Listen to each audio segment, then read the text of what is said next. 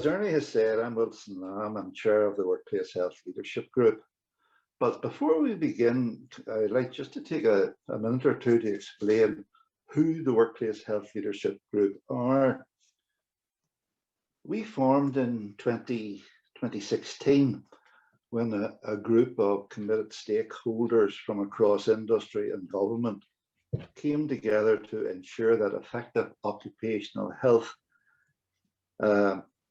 played an important role in industry and commerce throughout Northern Ireland. Since then, we have worked diligently to promote workplace health and will continue to be an enabler to ensure that it stays at the top of the workplace agenda.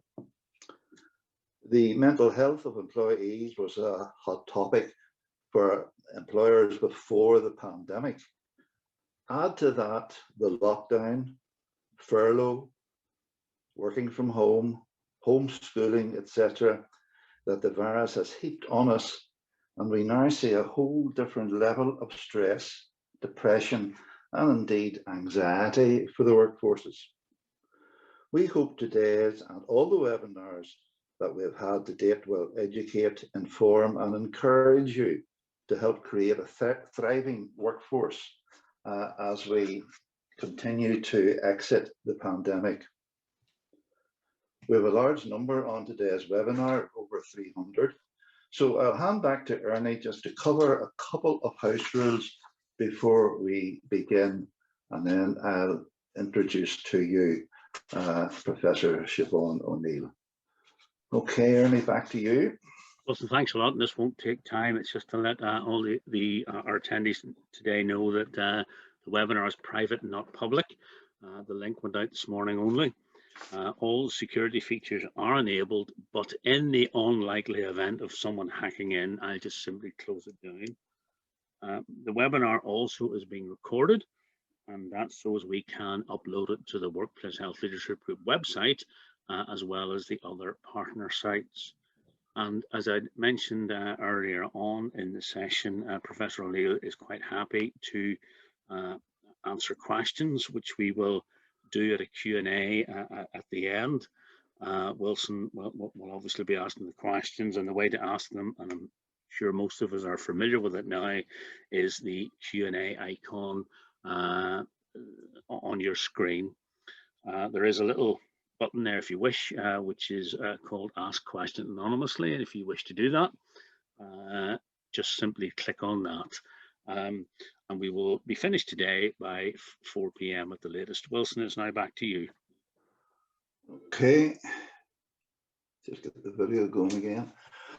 Okay, hopefully everybody can hear me, and thanks, Ernie. I can now say how delighted we are to have Professor Siobhan O'Neill with us. Siobhan's the Northern Ireland's interim mental health champion, and she has taken some time out of her exceptionally busy schedule to present her paper to us this afternoon. I believe Siobhan has hot-footed it from the Health Committee at Stormont, and probably has been quite fortunate to survive. But Siobhan, you are most welcome. Just to give you a bit of a background into Professor O'Neill is a professor of mental health sciences at Ulster University, an interim mental health champion for Northern Ireland. Her research programmes focus on trauma, mental illness and suicidal behaviour in the province, and the transgenerational transmission of trauma. She is now on a mission as the mental health champion to improve the mental health of the people of Northern Ireland by promoting evidence-based services and care for those who suffer from mental illness and suicidal thoughts. And it's probably quite fortuitous, Siobhan, that you're doing this presentation in Mental Awareness Month, and indeed all our seminars that we've been having, the webinars that we've been having, have been in the Mental Awareness Month. As interim mental health champion for Northern Ireland, she will advise and assist in the promotion of mental health and well-being, including all policies and services throughout the province. Her role is as a public advocate for mental health and to be a voice for those otherwise voiceless. Her goal is to communicate the collective voices of people with lived experience and their families and carers, and to advocate for communities impacted by mental health inequalities. Siobhan, the floor, or maybe I should say, the screen is yours. Hello, hello, and thank you so much for that lovely introduction. Yes, Health Committee was grueling. I think some very tough questions that around funding of services and things like that, and I'm not sure that I'm the right person to be answering them in any case, but it is exciting times for Northern Ireland for mental health services. We've got a strategy, a draft strategy, and a final strategy will be coming out soon to transform and revolutionise the provision of mental health services in Northern Ireland. So one of the things I've been doing since last August is helping develop that strategy and make sure that it is right. So that's one of the most exciting things I've been involved with. But I'm also, a big part of my role is about having this public conversation about mental health and about encouraging self-care and talking about mental health and mental illness and what it is and what it isn't. So it's in that context that I'm here today, and I'm really delighted to have this opportunity to speak to leaders across Northern Ireland. And I hope you find this in some way useful. So I'm going to start off by talking about mental illness and reflecting a wee bit on what is mental illness, what does mental illness look like. And the perspective that I would take now is a trauma-informed perspective. And this is a kind of a different way of looking at mental illness. And it's not saying that we've all gone through traumas, but it's about understanding mental health and mental illness as a function and determinant upon how we cope with stress and the effects of stress in our body. So we'll explain a wee bit about what trauma-informed means and what it looks like, and why we all really need to be trauma-informed as we go about our business and as we develop services and in our workplaces and in our schools and everywhere really. So this is a reminder, actually, that at the end of the day, we as human beings, we are a species of animal, and we have developed animal brains, and our brains have developed over generations and evolved to protect us so that we could survive, to allow us to survive in really different circumstances. So if you think of our ancestors, they would have lived among the animals, and their brains have evolved and adapted, and our brains have that too, to respond to threat and danger, to recognize that this is a threat, and to respond really quickly in such a way that ensures our survival, so that we have babies. This is evolutionary theory, that we have babies and we pass that on to the next generation. And so most commonly we would describe this as the fight or flight response, or our body's stress response. So it happens firstly in our bodies and in our brains. We detect at a subconscious level that there's a threat and we feel unsafe. And in many cases, we're not even sure where it comes from. It could be a sight, a sound, a smell. We might be talking to somebody and we realize that something's not quite right. This is a very, very sophisticated system. It's not just as simple as seeing something that makes us want to run away, or we were crossing the road and the car comes really quickly. We see that, but there's also more subtle cues in our environment and all around us that trigger, that activate the stress response. And the word trigger is an important word, because when we use the term trigger and we talk about being triggered, it sort of reflects that innate response that makes us feel unsafe when things trigger us. It's not a word that should be bandied about lightly. It actually relates to post-traumatic stress disorder, when people's stress activation response is triggered and they have little control over that. And it's a really, really devastating mental health problem. So it happens in our brains, but it causes a reaction and a response throughout our body. Our brains are attached to our body. The idea of a distinction between physical and mental health, I feel, is not so appropriate, because we are we're all one system. So what happens in our bodies affects our brain, and what happens in our brain and what we see in our environment affects our body. So the fight or flight response, it affects our lungs, it affects how we breathe, it affects our heart, it affects our muscles, it affects our digestive system. And all of these things are changed and shifted and adjusted so that we can fight or run away. So if you imagine, our muscles are becoming more tense so we can hit a good slap there. Our lungs, we start to breathe faster so we can get more oxygen in. Now there's a loop, there's a feedback between the body and the brain. So whenever we start to manipulate these aspects of the fight or flight response, we can calm ourselves down. We can shift that, we can change that. So by using our muscles, by running, by slowing down our heart rate, if we can do that, not everybody can, there are ways of doing it, we can actually calm our brains down and make us feel more safe. So this is an interactive dynamic system that works between the body and the brain. It's also why it's really important to keep our bodies healthy, because if we're hungry, you know, a hungry animal will feel anxious because we're looking for food. So that straight away will trigger that kind of anxiety response. If we're tired, again, you know, the effects on our body can impact on how we think and how we feel. So the two are completely connected. So we need a healthy body so that this works well.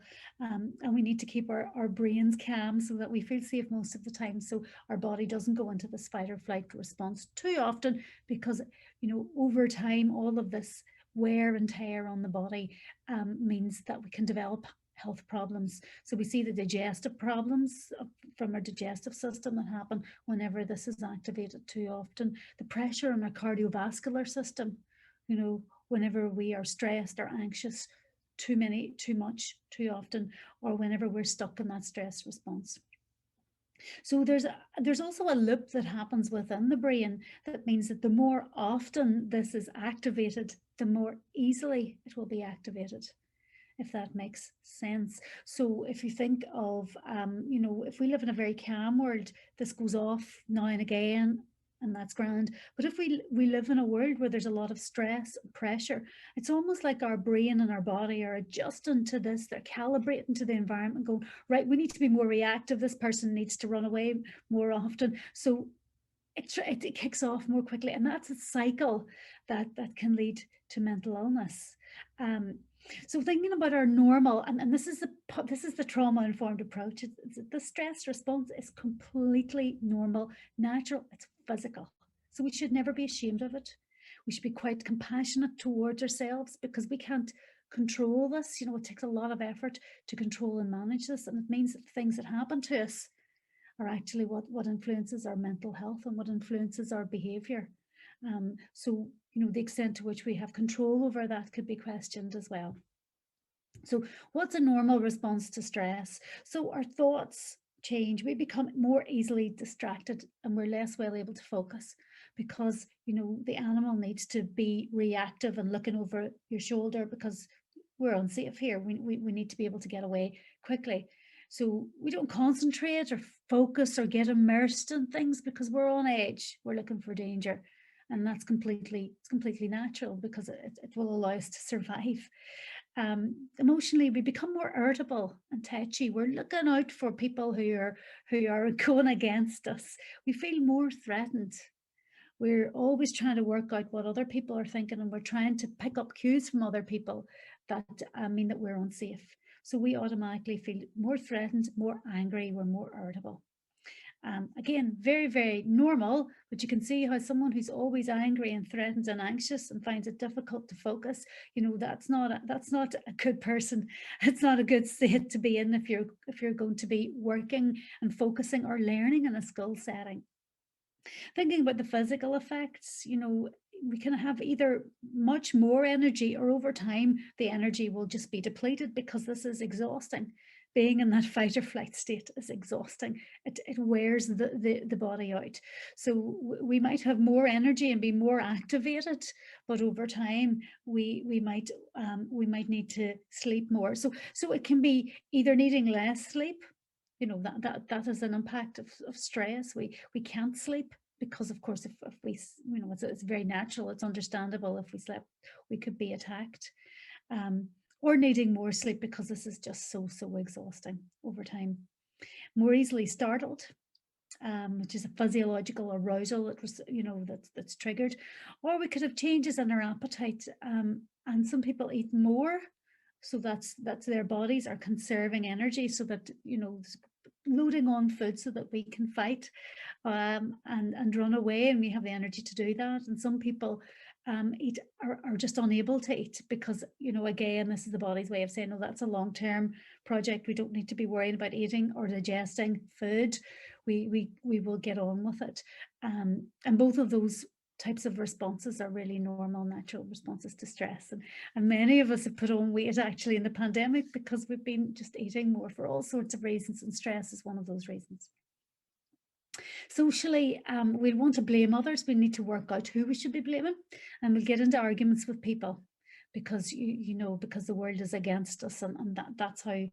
But unfortunately, socially, you know, that this is not a good place to be. It means our relationships can be affected by stress. We can have more arguments, and we find it difficult to see other people's perspectives. So all of this stuff has implications if you're trying to negotiate, if you're trying to problem solve with people. You know, it can get in the way of that. So this is another little slide that I have, a way of understanding the fight or flight response and the effect of stress and trauma on the body and brain. So looking at the right hand side there, in the middle we have us with the sunglasses. In safe and social, productive, creative state, rest and digest. That is the state that we would like to be in most of the time because we're productive. We're calm, we're engaged, we're connected, we can write, we can, you know, we can be much more productive, we can learn. And that's where we want our staff to be at work, really, isn't it? And that's where we want our kids to be at school. So, and our bodies are functioning well because we're rested, we're able to digest food, everything's working on those long-term projects. The immune system is stronger when we're in this state, because the energy is spread throughout all the different aspects of the body, rather than just fighting, running away and survival. Whenever there's that trigger, whenever we perceive danger, when we feel unsafe, we go up into fight or flight. And that sense of unsafety or that sense of danger, psychological as well. If we feel we're threatened psychologically, you know, that we're vulnerable, we are we're being exposed in some way, we feel guilt or shame, that creates that fight or flight response in us and with us as well. And of course, speaking in front of an audience, things like that can trigger it as well, where we feel exposed, where we feel unsafe, where there's a potential threat. And in that state, we're mobilized, we're vigilant, we're aggressive. And our goal there is to try and regulate. Self-regulation is the key here, emotional regulation, to get ourselves back into that safe and social state. And that last slide there, those are the symptoms really of many of the mental illnesses that we're talking about. The emotional, the depression, the anxiety of fight or flight, that sort of sinking of depression, that hopelessness of depression, that's all reflected in a response to chronic stress and getting stuck in that stress response. The other part of it is the shutdown, and that's the freeze. So it's not just fight or flight, it's fight, flight or freeze. And the other one is fawn, which is something that, you know, that people do as well whenever they're feeling very unsafe. They actually fawn to their aggressor and try and connect in a way to keep themselves safe. But for now, we'll focus on the freeze response, the shutdown response. And that will happen really where there's an extreme stressor or chronic stress, where the body and brain will become kind of disconnected. There'll be a numbness. That's like a shock response. And again, what is needed is regulation, but regulation can be much more difficult in that sort of frozen shutdown state. And that's also a state that characterizes grief and depression and loss can plunge us in there. A sudden death, a sudden loss, even losing our jobs, a sudden relationship breakup, that can have the shutdown effect. And we need to go through a process of grief and healing to come back into safe and social. So repeated stress and trauma can actually recalibrate the thresholds for each of these stages. So the more stress and trauma that we have, we become sort of stuck in fight or flight, where we're anxious all the time. We can't sleep. We're just up there because there's constant threat, or our body and brain believes that there's constant threat. Or we can be stuck in shutdown and depression, where we're unable to engage or be connected and be productive. The PTSD, post-traumatic stress disorder, is like a combination of both those states. So what's happened there is there's a trauma, and the effects of that trauma come back to the person in the form of flashbacks and nightmares. That trauma is relived or re-experienced, and the body's fight or flight response is activated each time. And eventually there is that shutdown, there's that disconnection as well. But so the characteristics of PTSD are hypervigilance, and also emotional numbing and the shutting down of emotions, and the reorganization of the person's life to try and avoid anything that might trigger that response, that might remind the person of that specific trauma. So that's the trauma-informed approach to mental illness. And just to reiterate, it's biopsychosocial, it's biological, it's psychological, but it is also social. We need always to remember the social element of this, because we are pack animals. And I've spoke about our body and brain, but actually we're part of a bigger neurological system, and our brains are actually tuned into the brains of everybody else around us. There are parts of our brains that have evolved to detect subconsciously the cues from other people that indicate whether or not we should feel threatened or whether we should be scared. So we are part of that bigger pack. So the relationships that we have are what makes us feel safe. So not only is it biopsychosocial, it's also relational. And those stress response thresholds get calibrated early in life through our relationship with our caregivers. It's why neglect in those early years is so harmful to the emotional and social development of a child, for example. And it's why good attachment is the key to lifelong good mental well-being, because it sets in place the stress response pathways that ensure that the person is calm and well regulated through the rest of their life. So mental illness is biopsychosocial, and it's also relational, and it's about our relationships with other members in the pack, and that makes us feel safe. So we've evolved to live in these social systems. So trauma is a continuum. So there's stress on one end, which is necessary so that we can achieve our goals. Nobody goes through life with no stress. And in fact, whenever we challenge ourselves and we achieve and we set goals and we meet those goals, then we feel a real sense of satisfaction. So this is not all about eliminating stress. It's about having enough necessary stress so that we can achieve what we want to achieve, but that we can cope. The trauma continuum also includes distress, which is that crisis, which triggers our fight or flight. And we can be stuck there for a number of days. At the start of the pandemic, many of us were in that state of distress. The data showing us that the acute stress, anxiety, was experienced by around 1/3 of the population there. But for most people, we were able to cope with it, and we adjusted and we adapted. Trauma is where we have extreme stress or distress, and it overwhelms our ability to cope. So we can become disconnected and frozen and numb. But over time, we can heal. And the whole point of the trauma-informed approach is that all of this chronic stress that we have very little control over is very damaging as well.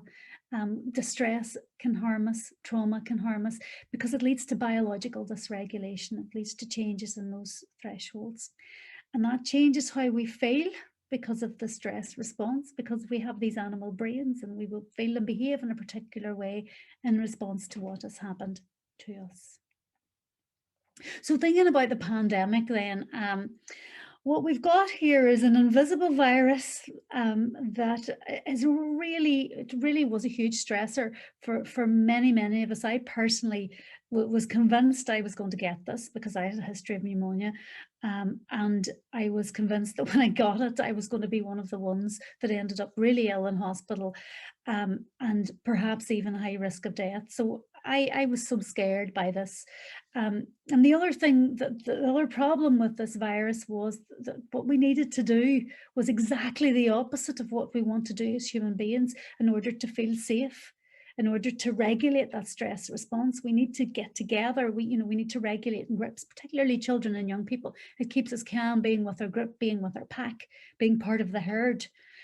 But we had to stay apart. So there was all sorts of stressors on top of that. So for me, it was the stress of childcare, of my childcare not being available, having to work from home, and with all of this computer stuff and very poor 4G Wi-Fi, producing slides. I was concerned about my job. I was concerned about my child being on her tablet for too often, too much, too long. So all of these things that was stressing me out, and I couldn't connect with the people who would be able to support me. And all of these Zoom calls are great, but we can't see the whites of each other's eyes. So we don't know. I mean, it's inherently and innately a threatening situation for us to have to use technology to connect in this way. We're getting better at it and we're getting used to it, and that's great. But oh my, the fight or flight response was going off all over the place at the start of the pandemic, for all sorts of reasons. So now we're a bit further through it. We want to be thinking about, well, what is the post-pandemic effect going to be? And so thinking about today's presentation, I want to focus a wee bit on what this looks like, what the mental health implications of the pandemic will be, and what are the post-pandemic issues that might affect our mental health.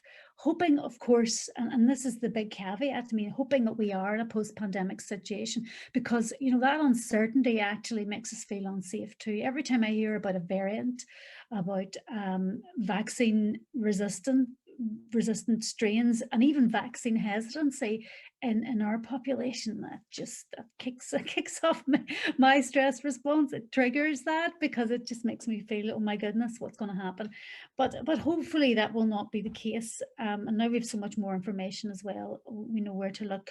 And we know how to differentiate. And at the start, I was scrolling constantly and subjecting myself to just a repeated trauma, and witnessing all of the terrible things that were happening in other countries, and some of it's still happening, of course, which was activating that stress response too. Anyway, what are we learning? So most people have not developed mental illness. In fact, this has shown us really how resilient we are, particularly the adults. I'll talk about children in a minute, but the adults have developed the capacity to cope in whatever way. We've worked out how to keep ourselves safe and social and sane, relatively so, through this time. There is a group of people who are doing better. Richard Bentl's study shows that that's about 10% of the population are actually doing really well, and many more than that 10% have actually found benefits and positives in the pandemic. For me, it's about being able to work from home and knowing that we can do this, and having a society that allows this is great, because it opens up opportunities for me personally, but women in a rural area with a child, it's just great that we don't have the commute and everything else. So many of us are doing better. But a lot of people are doing worse, and aspects of their lives are worse than they were before. So it's about trying to retain the good, if there's any good that you can get out of this, any positives, that's something to draw upon too. There are groups who have been more adversely affected than other groups in all of the studies. There's many studies, but if you look at the UK and Ireland studies, women are more impacted, their mental health's been more impacted than men. people with children at home, and and these two are not unrelated. It's having to cope with the pressure of doing two things at the same time, which actually, to be honest, our brains aren't evolved for that. We develop this muscle memory so that we can drive a car and listen to the radio and still, we're relatively okay. But we can't look after a child and do a Zoom meeting. The child will smash the screen as mine did, punch the screen in one of my meetings, and that will kick off your fight or flight, or you'll not be able to focus in the meeting. We're just not designed to do that, and we'll be so stressed that we won't be able to work so well. And by and large, it's women have borne the brunt of that. So people with children at home generally, and if you look into this research, it's not just about those multiple roles, it's about worrying about the children as well, because the brain is growing much faster in those early years. And that is where a lot of the neurological connections that influence that stress response, that's where it happens. And we know this. And we know that children regulate in packs, in their packs. And we know when we look out to the fields and see the sheep and the lambs all jumping together, that play and connection with peers is how children regulate. And it's at a time when their brains are developing their stress response pathways, so it's more difficult to reverse this stuff when it happens in childhood. And when there's a lot of stress in childhood, it's like it's calibrating that child's brain for the world it's going to live in, which will be a more stressful world, which means their fight or flight response needs to be more easily activated. And it's one of the reasons why childhood adversities and the things that happen to us in childhood, we remember them through our lives, particularly during those key periods of development. Not the early years, we don't, but we have very vivid memories there, and harms that have been done to us. They're wired in at that stage. The wee triggers, we don't even know what they are, but they're usually linked back to things that have happened to us in childhood. And so what we've done to our children by separating them from their pack, by taking away the structure of school, that is potentially really, really damaging, and parents know that.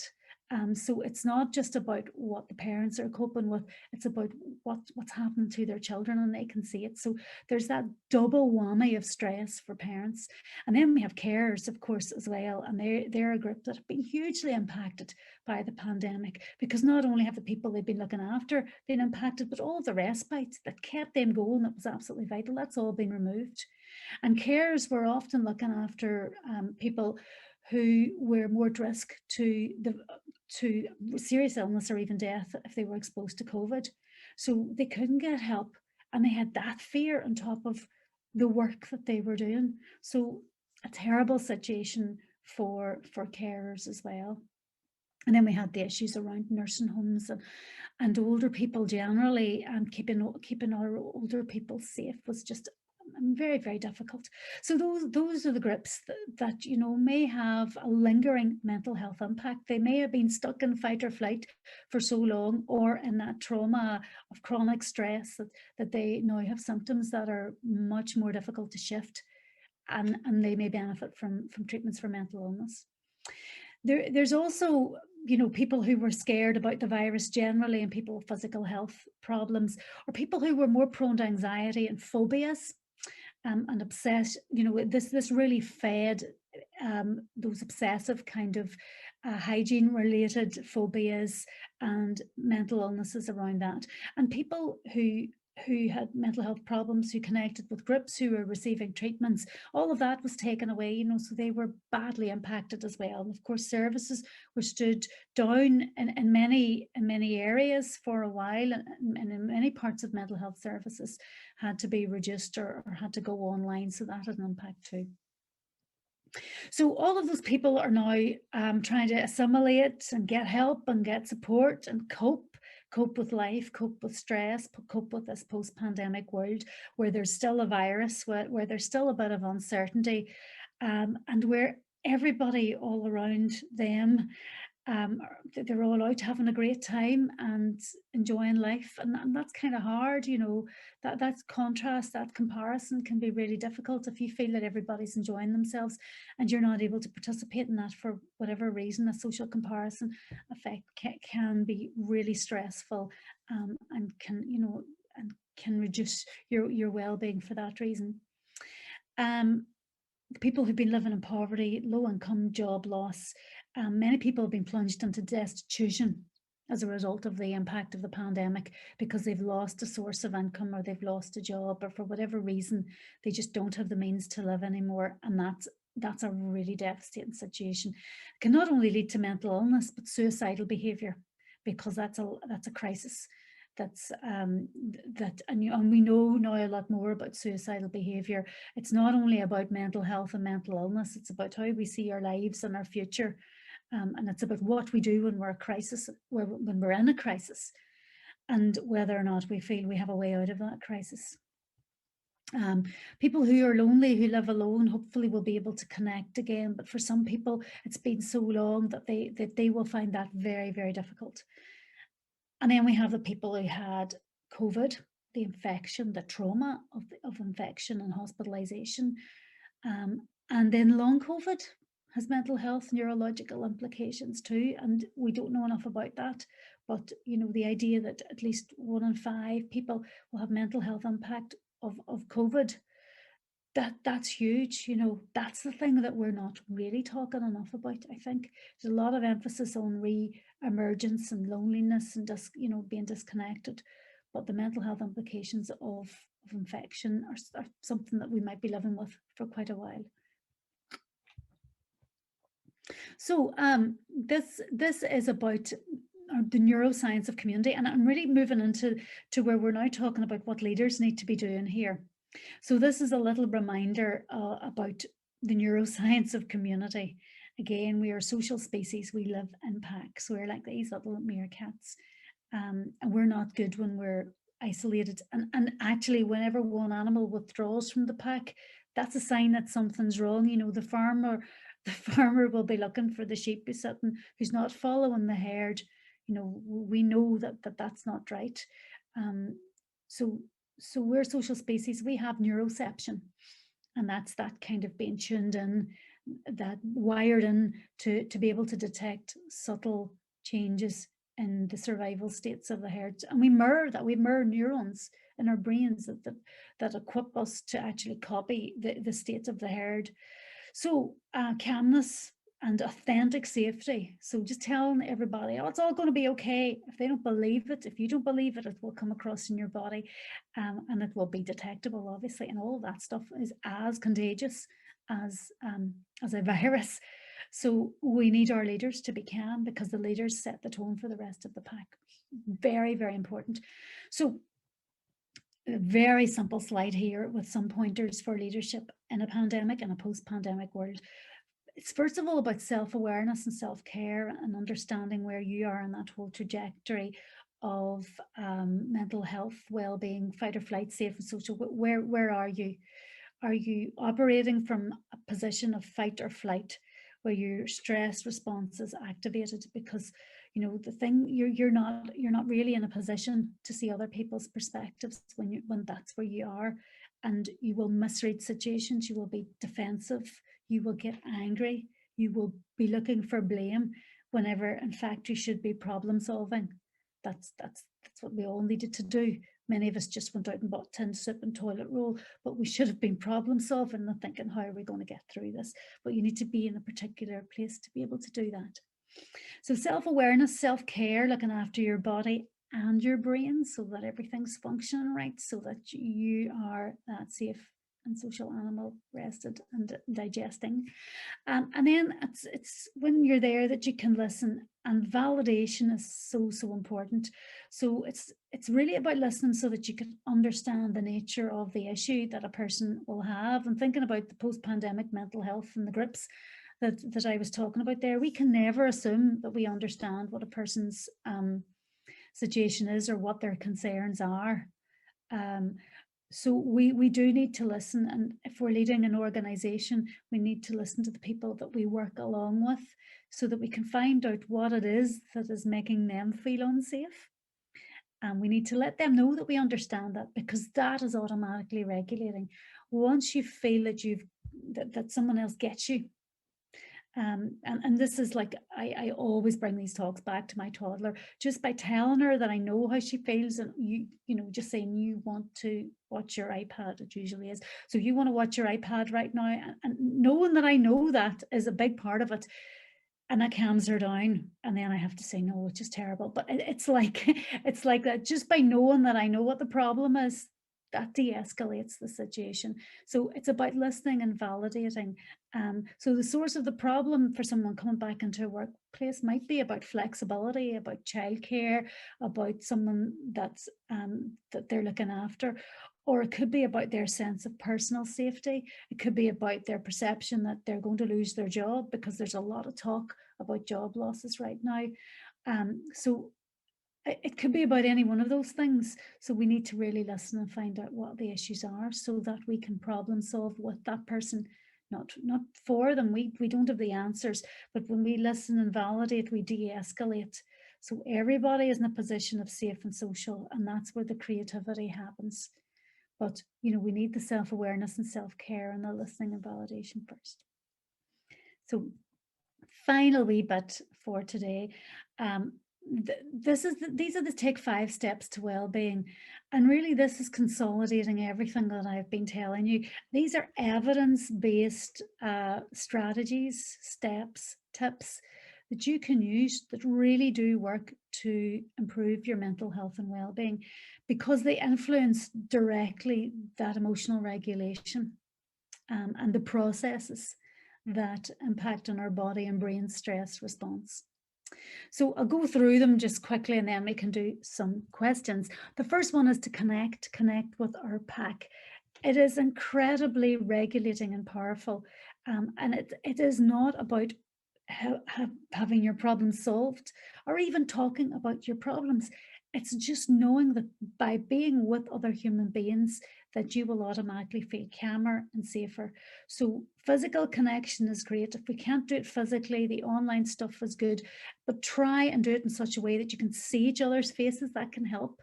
If you're having the same glass of wine or cup of tea, you know, that can help you really feel that you're with that other person. Anything that fosters a connection is going to be regulating. And so go do the courses, do the online stuff, connect with your tribe, and whatever that looks like in whatever form you can. And I've even been telling people, you know, if you're feeling really lonely, just go to a place where there will be other people, so that you can see smiles, so that they'll be outdoors at the minute, you know. That's really important. Listen to live radio rather than pre-recorded stuff. Again, that increases your sense of connectedness, that there's somebody that's there with you at this point in time, you know. So connection, vital. Being active, this is just so powerful. 5 minutes, 10 minutes, whatever you can squeeze in. And it's not about going out for a run, although I personally would say that's a great thing to do, and it's really helped me. But it's about moving your body, so that you're telling your brain that you're fighting the animal, that you're focusing on something else, you're shifting, so you're moving your thoughts away from whatever it is that's causing the worry, that's making you feel scared. It's regulating. It's inherently regulating. It's physically regulating the body, so that the brain can regulate, and it's really powerful. And if you can do it in nature as well, and today, you know, this week is Mental Health Awareness Week, and the theme is connecting with nature. So try and be active outside, because again, that's just really good and inherently regulating. Feeling the weather on our skin, the air, the outside, that's just great. And it shifts us away from whatever it is we're doing, because we're all spending far too much time indoors in these sorts of meetings and things at the minute too. Third one is take notice. So this is a nod to mindfulness. And this is a little reminder that we often get into fight or flight or shut down when we are thinking about the past or the future, and we are caught up in those spirals, those thoughts about what has happened and all the wrongs, everything that's happened to us. or what we're worrying about in the future. And we can do it with or without the support of social media or other forms of media, but those will bring us away from the calm regulating state. So by practicing mindfulness, or by being in the moment, or getting immersed in something that engages us, it stops us from thinking about the past or the future, which causes that dysregulation. So taking notice. It doesn't have to be mindfulness. It could be knitting, it could be colouring, and it could be watching a football match. It could be playing football, or you've got two at the same time, because you're following the ball, you're concentrating, you're focusing on something, and your body is just going, oh, everything's okay now. I'm immersed. I'm in that flow state. So very, very powerful. Now the third one we can map onto the take notice. We can do two at the same time, and that's keep learning. So for me, it's about reading a book. And nobody has time to read a book. I don't have time to read a book. I read a couple of pages every night. And I find once I start, I go on, and I don't have time to exercise either, but I just try and do 10 minutes. And before you know it, I've found that half an hour's gone past. So it's just surprising how you can squeeze these in if you try and make a habit, and start small if you can. So I listen to a lot of podcasts when I'm out walking, doing my exercise. So I do my keep learning as well. And one of them the other day was that it's better to do, what is it now? 10 things at 1%, just change things just by 1%, than try and shift one thing by 10%. So even if you read 5 pages of a book rather than the whole book, if you set your goal as 5 pages, set your goal as 10 minutes of exercise. And before you know it, these small shifts over time, you can build on them and increase them. Don't set yourself big goals so that you're going to fail and you're going to beat yourself up with your own self-talk.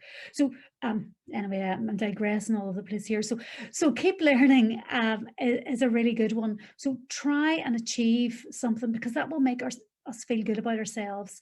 So, and that could be anything from, I did a lot of cooking at the start of this pandemic. I learned how to cook. I learned how to make particular dishes, and that was just a lovely thing to do. So learn something. Some people learn musical instruments, or just, it's about trying to grow and getting that sense of satisfaction, because one of the greatest causes of stress in this pandemic is the sense that time has passed and we're languishing. We haven't achieved what we need to achieve. We're just existing, because we're goal driven as human beings. So if you try and build on little learning steps to your day and week, then you will be hitting those markers that make us feel good about ourselves and that help us feel calm, regulated, and purposeful. And the last one is about that feeling that our lives are meaningful and purposeful. And that is about giving back. And we know so much now about the factors that influence happiness. So moving away from just trying to be calm and not ill, trying to think about what makes us content and happy and make our lives meaningful. And it is about giving back. Over and above a certain salary, that's not, money's not going to make us happy. It's about giving back. So we need to give back if we can.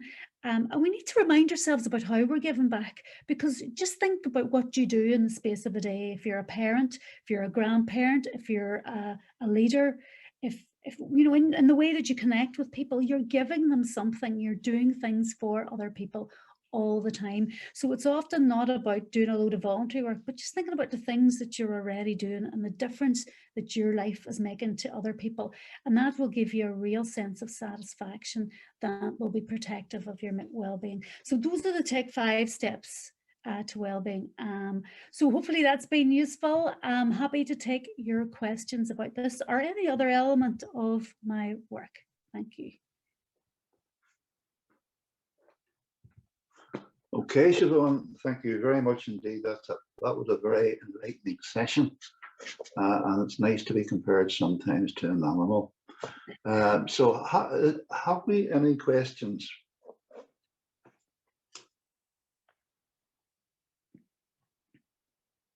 So it's not even so much a comparison to an animal, Wilson. I'm sorry to say. We are animals, but you know what? It's very liberating once you recognize that. And I also preach about self-compassion, the need to be kind to ourselves, to recognize that a lot of what's, what we're doing, our behavior is actually about the fact that we are animals and we're responding to an environment that we haven't evolved really to live in, so we're doing our best basically with what we have. Of course, I maybe have the advantage of having a surname of Lamb. So with that, I'll move quickly on to the first question that has come in. Will there be any movement by HSENI to treat stress as a reportable illness? Oh, that's a good question. I have no idea. Is the answer whether HSC and I will treat stress? I wouldn't recommend it because we'll all be ill, and everybody's got stress. So it's not stress in itself is not an illness. It's one of the things we need to teach our young people about, how to recognize the effects of stress in our body and manage and regulate that and know what it is like, what's causing it, and so that we can problem solve. So but I think we should be trying to avoid the kind of extreme stress in the workplace. We should be putting in practices that mean that our workplaces are not stressful, because it makes sense, because if you have a stressed workforce, they're not going to be able to work. So we should be reducing and minimizing stress for people, and helping people achieve goals and setting goals and make people feel that they have a purpose and that their role is meaningful. So that's what I would be recommending there, Joan. I don't know if that's a good answer, if that's what you were looking for, though. Okay, we have another question here. Why is the person who is suffering mental health issues treated without involving the rest of the family?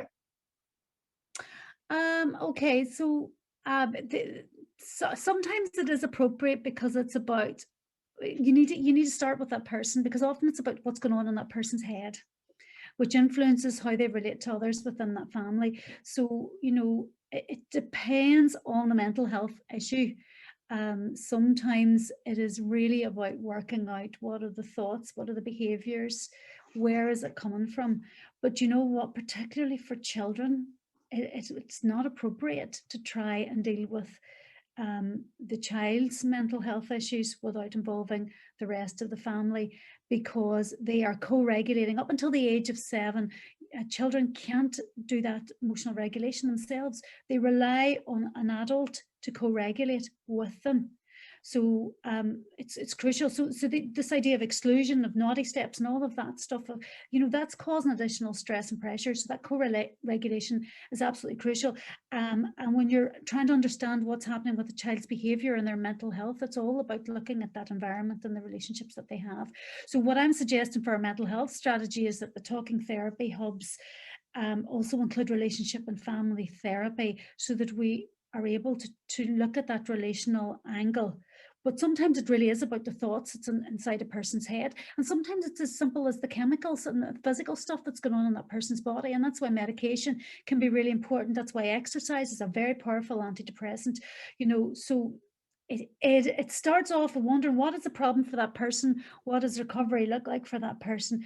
And then thinking about who else needs to be involved in the changes. If it's an adult, often that can be by themselves.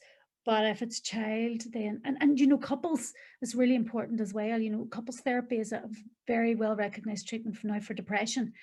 So if the person's part of a couple, then that might be appropriate too. Lovely.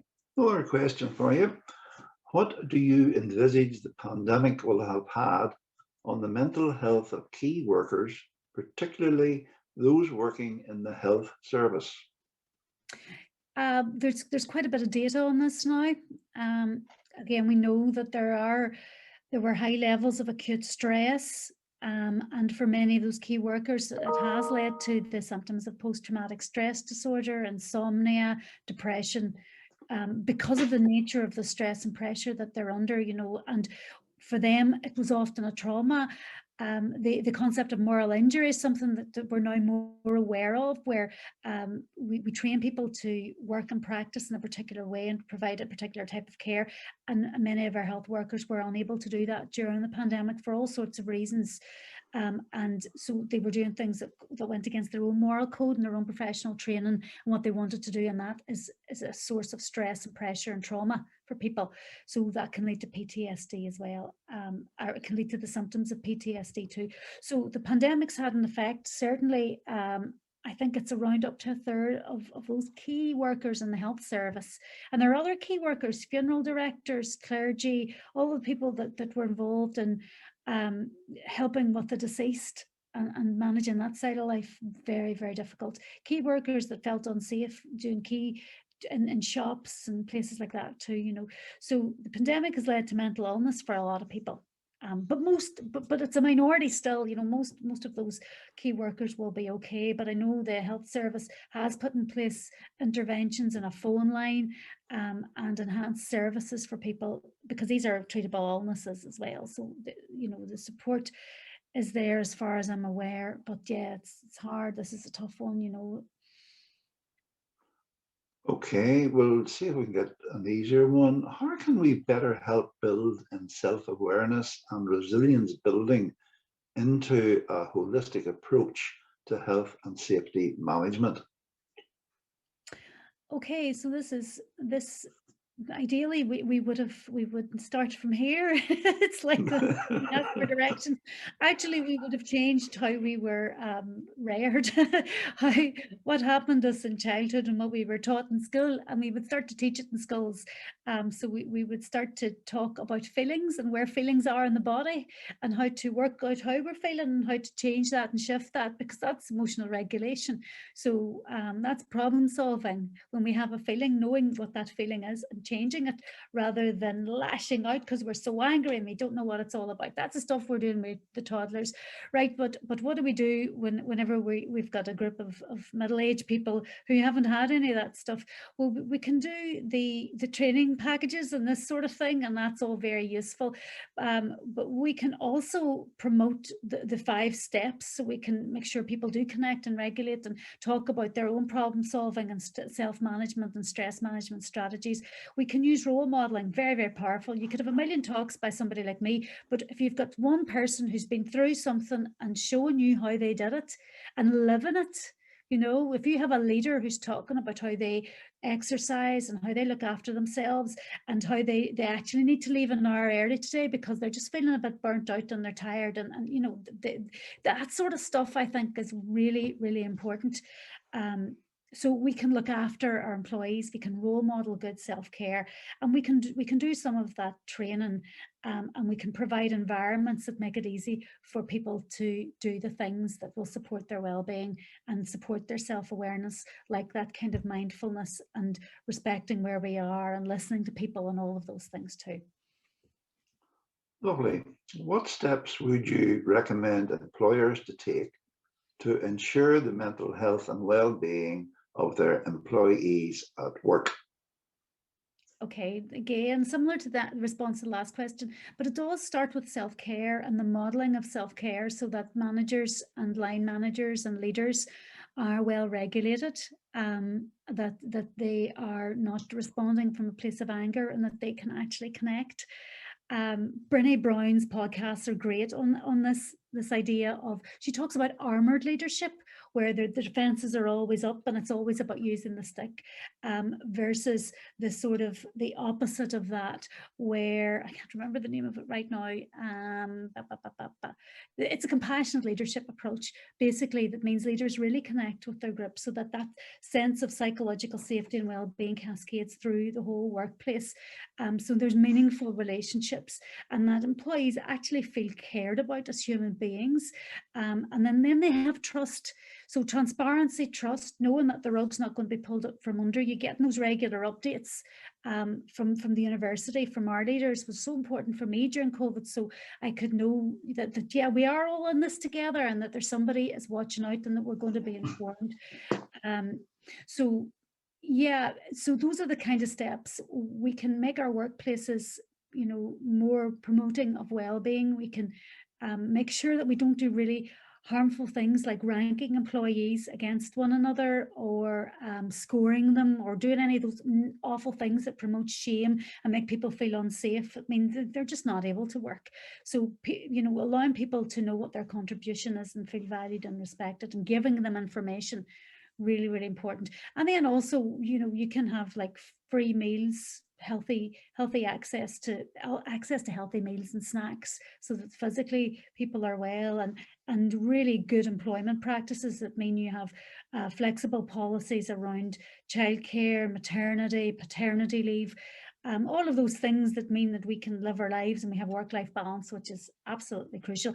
And you know, that all pays dividends in terms of retention and the kind of productivity that you have from your staff as well. And you can do courses and talks and things too, but it's got to be authentic. People will know when it's not. Somebody has asked, would a 4-day working week help with stress? I don't know if that's the answer. I think flexibility helps with stress. So for people, it might be a 6-day working week, but working fewer hours so that they can manage the other aspects of their lives. Some people might do better in a 4-day working week. I think flexibility is so important.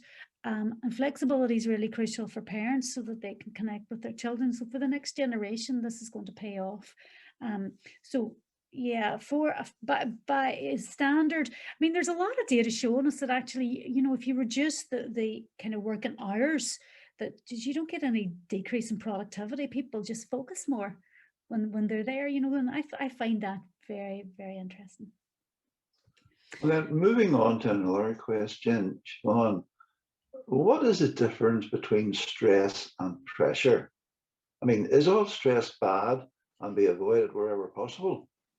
Goodness, no way. Sure, I wouldn't be doing this as mental health because it is stressful, you know, but I'm getting something out of it and I'm enjoying it. So stress is normal and natural and good. It helps us achieve our goals. You know, we have this cortisol arousal response in the morning that gets us out of bed. That's a functional, stress is functional. The body's response, and even in the classroom, when the teacher has that authority and everybody perks up, and that's like a wee teeny shot of stress just to get everybody focused, because it means we survive, we do things, we flourish. So stress is actually really good. It's stress that we can't control. So it's the pressure with, you know, it's that unrelenting pressure that we have no control over, that we are unable to cope with.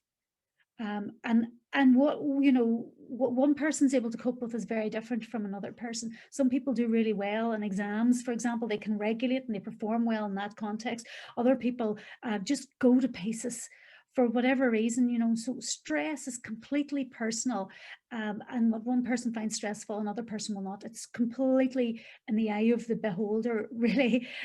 So all stress is certainly not bad. It's certainly not to be avoided, and we can restructure stress into challenge. Challenge is good, because it helps us achieve our goals. It helps us live meaningful lives, which is the secret kind of to the contentment that we're all sort of looking for, I think. So that's a long answer to a short question. Well, here's a long question for you. Yeah. You spoke about leaders setting the tone for the rest of the pack. How do you encourage leaders to see that some of the policies, e.g. target increasing, negatively affects their staff? How do you get a leader to see that mental health policies, oblique strategies and training is more important to the mental well-being of staff and not just a tick box exercise? They advertise mental well-being with emails, but daily working procedures go against. There's one for you. That's such a common one. And you know how you persuade them is through the many research studies that show that tell us the factors that will make people more productive, that will improve the quality of work, that people produce. And we see it all the time. If you heap stress and pressure on people that they can't cope with, and you take away all the meaningful stuff that we know make people content, they're just going to get sick. They're going to need time off. They're going to cost you more in the long run. So you could translate it into economic factors or output or productivity or whatever it is. But I think the data is very, very solid there. You know, and I found the opposite of armored leadership, which is daring leadership, which is a leader that dares to connect with staff. And, you know, the retention alone, the money that you'll save in terms of sick days is going to be the argument. That's what's going to win the argument. Sadly, it often comes down to finances, but everybody will feel better. But it's recognizing that, you know, what actually works. What are the carrots that will work? And targets are not necessarily a bad thing. People can be very insulted when you set them too low a target. Actually, you know, a high target that's achievable that will be a challenge that will fire someone up and make them work. So it's not, I'm not against targets at all. It's about realistic targets, and it's about rewards, and it's about feeling that you're part of something that's meaningful. So I wouldn't be, I think a standard target that's too low can be insulting and demeaning to someone as well. But it's about seeing your staff as individuals and recognizing what makes them tick. And the benefits are huge for everybody, including the leader, including the whole workplace, the environment, whatever it is. Lovely. Now, should employers be asked to provide a mental health first aider or mental health champions, like having a first aider? Oh no, I mean, this is just an added bonus. I don't think if you provide, if you're asking employers to do that, you're also making the assumption that your work practices are in some way harmful. But what a lot of companies do is they provide mental health services as part of their employee assistance programs. So, you know, it's about protecting and supporting your staff, and helping them get any support that they need really quickly, and that can be brilliant. And your mental health first aiders there are people who are motivated, who want to do this kind of work, who are interested in other people and want to learn more about how to support others. And the context needs to be that mental health first aiders have a place where they can signpost people to, they can refer people to. Sometimes when you're struggling with your mental health, you feel like you're a burden, you feel ashamed of what has happened. The feelings can come from shame out of something that you've done or you haven't done or whatever. And for all sorts of reasons, it's very, very difficult to ask for help, or you might not recognize what's going on as a mental health problem. And mental health first aiders can be very useful there as compassionate connectors. So it's not about understanding what's wrong, but knowing that you know the signs that something has shifted. So you don't need to know the causes basically, but the signs that someone might have a mental health problem, and then just gently encouraging them to get help, or getting them to the source of help that's going to benefit them. And that can be a suicide prevention ask as well, you know, because people are suicidal often are too ashamed or embarrassed to talk about those feelings. So again, mental health champions, mental health first aiders can be very useful there. Your mental health champion is also going to point out, hopefully in the workplace, that, you know, people don't have enough time for lunch here. We all have to take our lunch at different times, which means we can't have those conversations that are really important to us. You know, a champion can point stuff like that out, which can be actually really, really helpful in the whole workplace. But it's no compensation for just and fair working practices that look after people. You know, that's really what I'm saying. Okay. How would you advise an organization improves its managers' emotional intelligence and better equip them to recognize and address poor well-being in their teams? I think managers particularly need to be well managed themselves. So whoever's at the very, very top, that, you know, that comes from leadership. So again, managers need to know it and love it and believe it, and need to have the information about stress, mental health, what it looks like, what mental illness looks like, stress and pressure, what's going to impact productivity. So the information, the training is really, really useful there. Unfortunately, emotional intelligence is something that is very, very difficult to teach. You know, some people just have it in buckets, and those people make very, very good managers. So it's all about how we select managers.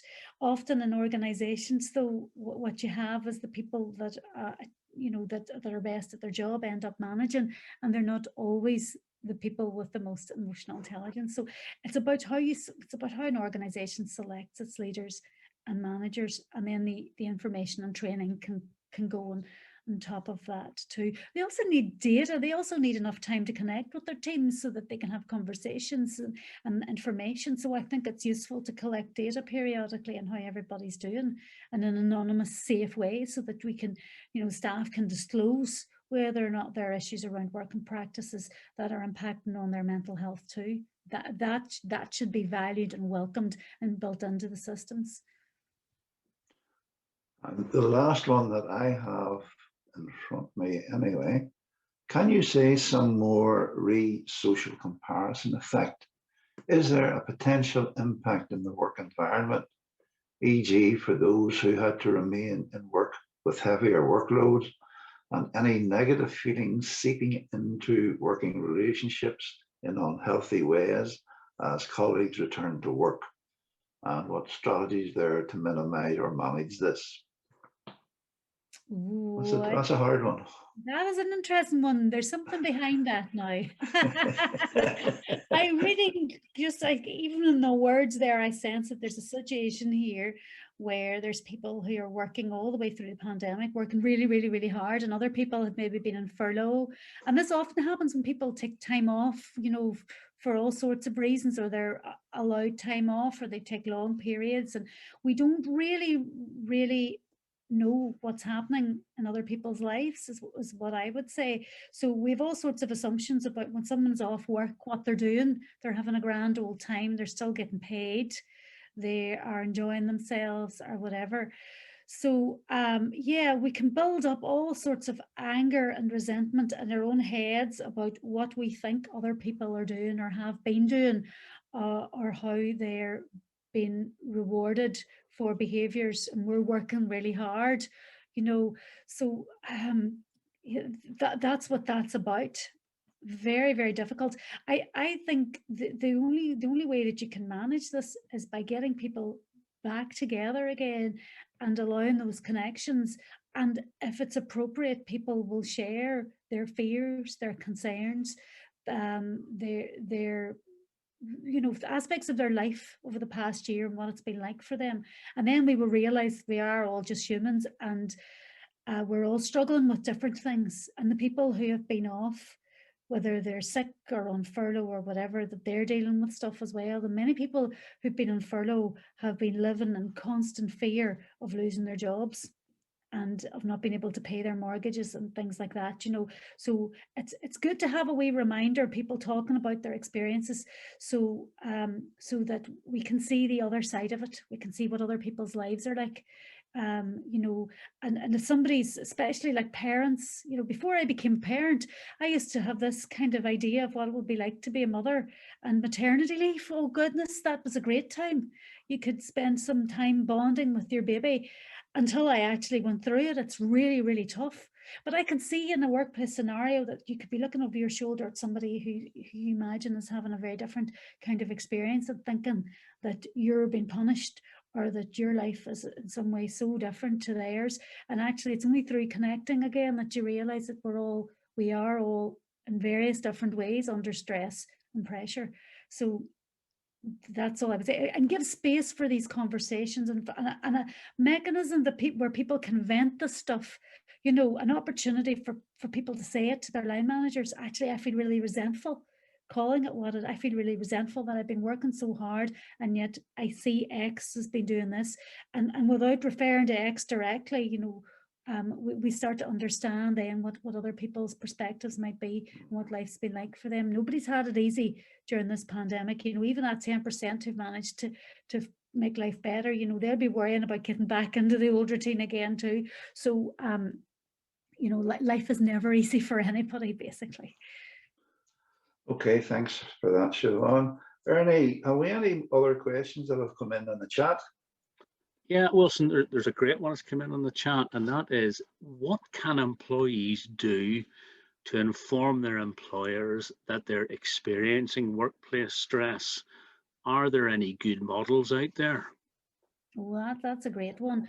Now, all these questions about the workplace, and I'm not an occupational psychologist, so you know, I'm putting that caveat on it. Please do consult. There's so many people that are trained and qualified in this stuff and know all the research. But right here's my thoughts as a mental health champion. I think having the space and the opportunities for communication, really, really important. But the connection, you're not going to expose your vulnerable side just to anybody, particularly a line manager who has so much power over you. So that, you know, you really need to break down those barriers, so that there's a very real and genuine relationship. Once the power is there, you're not going to disclose your own inadequacies to someone who can fire you. You know, that would be really stupid, actually, wouldn't it, when you think about it? So that's again back to Brené Brown's daring leadership, is daring to connect, and then you'll be told. You know, line managers will hear if they have those connections, if there's trust, and then people will be able to say it. But you need to open space for then those kind of water cooler conversations and casual conversations and coffees and all of that to promote the connection, and then it will be revealed. Or you can actually just do it as part of a team meeting, get everybody to talk about stuff every week, so that you have this ethos that's embedded and immersed across your organization, and we talk about problems that we have so that we can sort them out. We talk about, what I do is, with my child, I ask her, you know, what was the best thing that happened and what would you change? Because by asking what would you change, you're not getting them to say something's been bad, because it's hard for us to say, well, that's been really rubbish. But you said, I would make that better by doing this. So you're asking for recommendations for things that could be changed. And there's always stuff that could be changed. And that's where you'll get this, that's where you'll get the things that are causing stress. But you'll be able to do that in a very safe way that doesn't make make people feel like they're criticizing, or and it doesn't make you feel criticized either. You know, it's a very safe way to have some challenging and difficult conversations. But you know, there's a whole thing about challenging conversations that like, it's so important that we regulate and that we have those challenging conversations where they're needed. And a good leader will be able to do that and have the self-awareness to know that whenever you're in fight or flight and whenever you're angry, you shouldn't be having challenging conversations, because they'll end up as fights, and that's not good. So, you know, again, self-awareness, connection, opportunities, space, safe ways of doing things that are psychologically safe, all very helpful, hopefully. Ernie, any others?